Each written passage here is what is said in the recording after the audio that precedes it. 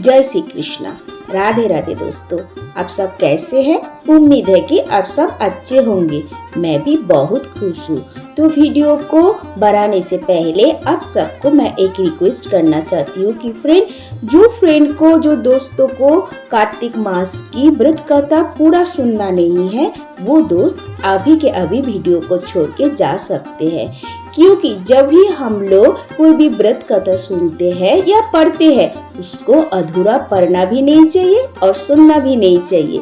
इसलिए जो फ्रेंड को पूरा कार्तिक मास की ये जो व्रत कथा की वीडियो मैं बनाने वाली हूँ पूरा सुनना नहीं है, तो वो वाले friend you can quit the video. अभी आप ये वीडियो को छोड़ के जा सकते हो।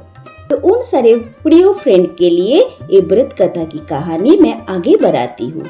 आप सबको तो पता ही है, कार्तिक मास आरंभ हो चुका है और कार्तिक मास बहुत ही पवित्र है, यानी कार्तिक मास को बहुत ही पवित्र माना जाता है। इस महीने में भगवान विष्णु अपने यज्ञ निद्रा से जाग जाते हैं और तब सभी तरह के मांगलिक कार्य प्रारंभ हो जाते हैं। इसी कार्तिक मास में दीपावली का महापर्व आता है। पुराणों में कार्तिक मास की महिमा का बहुत अच्छे से वर्णन किया है। इस महीने में दीपदान, स्नान, विष्णु पूजा और तुलसी पूजा के साथ ही पौराणिक कथा सुनना या पढ़ना बहुत ही शुभ होते हैं। तो फ्रेंड, चलिए कार्तिक मास की एक कथा आप सबके साथ मैं शेयर करती हूँ। एक नगर में एक ब्राह्मण दंपति रहते थे। वे दोनों प्रतिदिन 7 कोस दूर गंगा और यमुना नदी में स्नान करने जाते थे। इतनी दूर आने जाने से ब्राह्मण की दंपति थक जाती थी। एक दिन उसने अपने पति से कहा कि हमारा एक पुत्र होता तो कितना अच्छा होता। पुत्रों की बहू आती तो हम घर पर वापस जाने पर खाना बना हुआ मिलता और बहू घर का काम भी कर देती। अपनी पत्नी की बात सुनकर ब्राह्मण ने कहा कि तूने बात तो सही कही है, चल मैं तेरे लिए बहू ला ही देता हूँ। ब्राह्मण ने कहा कि एक पोटली में आटा डालकर कुछ मोहरे रख दे। ब्राह्मण की कहने के अनुसार पोटली में बात कर दी और पोटली में थोड़ा सा आटा के साथ 1-2 मोहरे भी दे दिया। ब्राह्मण वो वाले आटे की पटरी को लेकर सफर के दौरान जमुना के किनारे बहुत ही सुंदर लड़की को दिखाई दिया। वे रेत में घर बनाकर खेल रही थी। उनमें से एक लड़की ने कहा कि मैं अपना घर नहीं बिगड़ाऊंगी, मुझे तो रहने के लिए एक घर ही चाहिए। लड़की की बात सुनकर ब्राह्मण मन ही मन सोचने लगा कि बहू बनाने के लिए यही लड़की सही है। जब ये लड़की जाने लगी तो ब्राह्मण भी उनके पीछे पीछे उनके घर तक चला गया। वहां जाकर ब्राह्मण ने उस लड़की से कहा, बेटी कार्तिक मास चल रहा है, इसलिए मैं किसी के घर खाना नहीं खाता हूँ। मैं अपने साथ आटा लेकर आया हूँ। तुम अपनी माता से पूछो कि क्या वो मेरे लिए आटा छानकर 4 रोटियां बना देगी। यदि वो मेरे लिए आटा छानकर रोटी बनाएगी तो मैं रोटी खा लूंगा। लड़की ने जाकर अपनी माँ को ये सारी बात बताई। माँ ने कहा, ठीक है, जाकर ब्राह्मण देव से कह दो कि वो अपना आटा दे दे, मैं रोटी छान के बना दूंगी। जब वो आटा छानने लगी तो आटे में से मोहरे निकली। वो सोचने लगी कि जिसके आटे में इतनी मोहरे हैं, उसके घर में कितना ना मोहरे होंगे। तब ब्राह्मण खाना खाने बैठा तो लड़की की माँ ने उस ब्राह्मण से पूछा, क्या आपका कोई लड़का है और क्या आप उस लड़के की सगाई करने जा रहे हो? ये सुनकर ब्राह्मण ने कहा है कि मेरा लड़का तो काशी में पढ़ने गया है। यदि तुम कहो तो खांड कटोरे से विवाह करके तुम्हारी बेटी को अपने साथ ले जाओ। लड़की की माँ ने कहा, ठीक है ब्राह्मण देव। इस पर लड़की की माँ ने लड़की की खांड कटोरी से शादी करके ब्राह्मण के साथ भेज दिया। ब्राह्मण ने घर आकर कहा, रामू की माँ दरवाजा खोलकर तो देखो, मैं तेरे लिए बहू लेकर आया हूँ। ब्राह्मण की पत्नी भीतर से ही बोली, हमारे तो कोई बेटा बेटी नहीं है तो बहू कहाँ से आई। दुनिया ताने मारती थी, अब आप भी मुझे ताने मारने लगे। ब्राह्मण ने कहा, तू दरवाजा खोलकर तो देखो। जब ब्राह्मणी ने दरवाजा खोला तो सामने बहू को खड़ी देखा। उसने बहू का स्वागत किया और आदर सत्कार से अंदर ले आई। अब जब ब्राह्मण अपनी पत्नी के साथ नदी स्नान करने जाता तो पीछे से बहू घर का सारा काम करके और खाना बनाकर रखती थी। वो उनके कपड़े धोती और रात को हाथ पैर भी दबा देती। इस तरह बहुत दिन बीत गए। ब्राह्मणी ने अपनी बहू से कहा कि बहू, कभी भी चूल्हे की आग मत बुझने देना और मटके का पानी खत्म मत होने देना। परंतु एक दिन चूल्हे की आग बुझ गई। ये देखकर बहू घबरा गई और भागी भागी अपनी पड़ोसन के पास गई और कहा कि मेरे चूल्हे की आग बुझ गई है, मुझे थोड़ी आग चाहिए। मेरे सास ससुर सुबह 5 बजे से गए हुए हैं, वो थके हुए घर आएंगे, इसलिए मुझे उनके लिए खाना बनाना है। ये सुनकर पड़ोसन ने कहा कि तू तो बबली है, तुझे ये दोनों मिलकर पागल बना रहे हैं। इनके कोई पुत्र नहीं है, वे निसंतान है। बहू ने कहा, नहीं ऐसा मत बोलो, उनका बेटा तो बनारस काशी में पढ़ने गया हुआ है।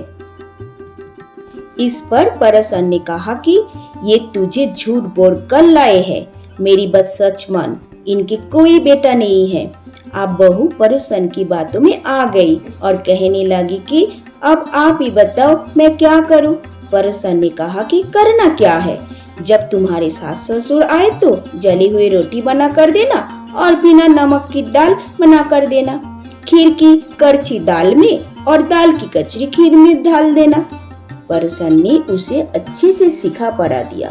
फिर जब उसके सास ससुर घर आए तो उसने तो उनका आदर सत्कार किया ही नहीं है, उनके कपड़े भी धोए नहीं। जब उसने सास ससुर को खाना दिया तो सास बोली, बहू आज ये रोटियां जली हुई क्यों है और दाल भी अलोनी है। तब बहू ने पलट कर कहा कि एक दिन ऐसा खाना खा लोगे तो कुछ बिगड़ नहीं जाएगा तुम्हारा। सास ससुर को खरी कटी सुनाकर वो फिर से पड़ोसन के पास गई और बोला कि अब आगे क्या करना है।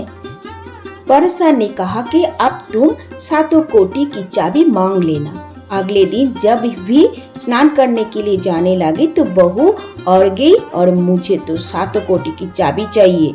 तब ससुर ने कहा कि इसे चाबी दे दो। तब सास ने बहू को चाबी दे दी।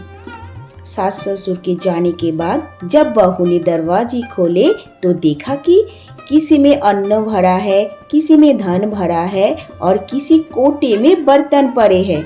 जब उसने सबसे ऊपर का 7वां कोटा खोला तो देखा कि शिव जी, पार्वती माता, गणेश जी, लक्ष्मी माता जी, पीपल पतवारी, कार्तिक के ठाकुर, राय दामोदर, तुलसी जी का बिरवा, गंगा यमुना और 33 कोटि देवी यानी 33 कोटि देवी देवता विराजमान है।